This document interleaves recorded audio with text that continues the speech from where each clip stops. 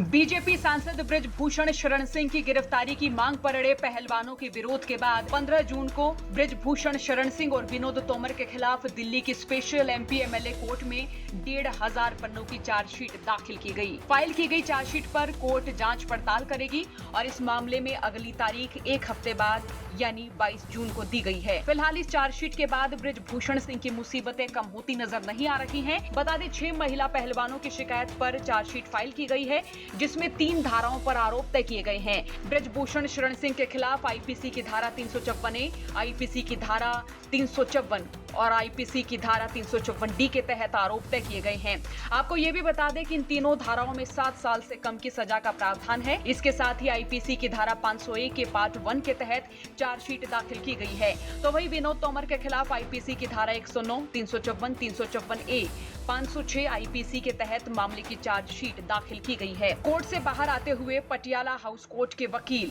अतुल श्रीवास्तव ने क्या कहा, ये आप सुनिएगा। आज यहाँ पे हमने चार्जशीट फाइल करी है जी, और जज साहब ने इसे सीएमएम साहब के लिए रख दिया है जी। अब सीएमएम साहब क्या ये 22 जून को आगे अग्रिम सुनवाई के लिए रखा है। CMM Rouse Avenue. सर कौन-कौन से सेक्शन में?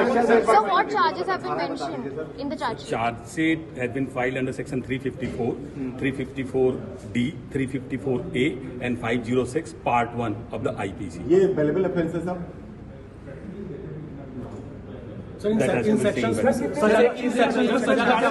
एक्यूज बनाए गए हैं सर? कितने एक्यूज? तो वहीं कोर्ट में आज क्या कुछ हुआ, देखिए हमारे सहयोगी की ये खास रिपोर्ट। भारतीय कुश्ती संघ के पूर्व अध्यक्ष बृजभूषण शरण सिंह के खिलाफ महिला पहलवानों के लगाए यौन उत्पीड़न के आरोपों पर चार्जशीट दाखिल हो गई है। एमपी एमएलए की विशेष कोर्ट में जज के सामने दिल्ली पुलिस ने लगभग 1500 पन्नों की चार्जशीट दाखिल की। अब चार्जशीट पर सुनवाई 22 जून को दोपहर 2 बजे होगी। दिल्ली पुलिस के पीपी ने रिपोर्ट दाखिल करते हुए, चार्जशीट दाखिल करते हुए ये कहा कि पूरी रिपोर्ट एक साथ दाखिल कर दी गई है, यानी पूरी चार्जशीट एक साथ है और इसमें कोई भी सील कवर चीज़ें नहीं हैं, सारी चीज़ें ओपन हैं।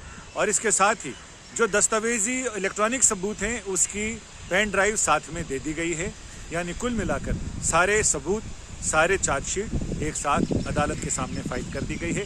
अदालत ने वो सारी चार्जशीट देखने के बाद अध्ययन के लिए उसका समय लिया और कोर्ट ने ये कहा कि 22 जून को दोपहर 2 बजे इस मामले पर सुनवाई होगी। दूसरा मामला, इसी केस से जुड़ा एक दूसरा परिदृश्य पटियाला हाउस कोर्ट में चला।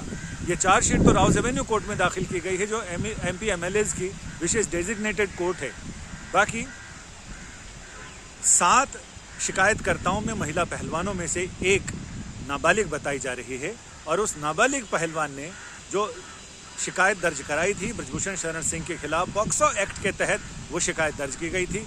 लेकिन पुलिस ने अपनी रिपोर्ट में कोर्ट से ये साफ कहा है कि जो आरोप लगाए गए थे उसके सबूत नहीं मिले हैं, लिहाजा इसे क्लोज कर दिया जाए, क्योंकि शिकायत में सबूत नहीं मिले हैं। और इसके साथ ही कहा तो ये भी जा रहा है कि महिला पहलवान ने, जो नाबालिग है, उसने अपनी शिकायत में कुछ रद्दोबदल किया है, यानी शिकायत वापस लेने की बात भी कही जा रही है। लेकिन अब ये तो कोर्ट में जब 4 जुलाई को सुनवाई होगी तभी पता चलेगा कि आखिर उसने अपनी शिकायत में क्या कहा है। लेकिन फिलहाल दिल्ली पुलिस के पीपी ने कोर्ट में ये कहा कि जो आरोप लगाए गए थे पॉक्सो एक्ट के तहत, उनके सबूत नहीं मिले हैं, यानी उन आरोपों की पुष्टि नहीं हो पा रही है, लिहाजा इसे बंद कर दिया जाए। लेकिन अब 4 जुलाई को इस मामले पर भी सुनवाई होगी तो इससे पता चलेगा। लेकिन फिलहाल अभी तक जो चीजें आ रही हैं उसमें बृजभूषण शरण सिंह को बहुत राहत मिलती हुई तो दिखाई नहीं पड़ रही है।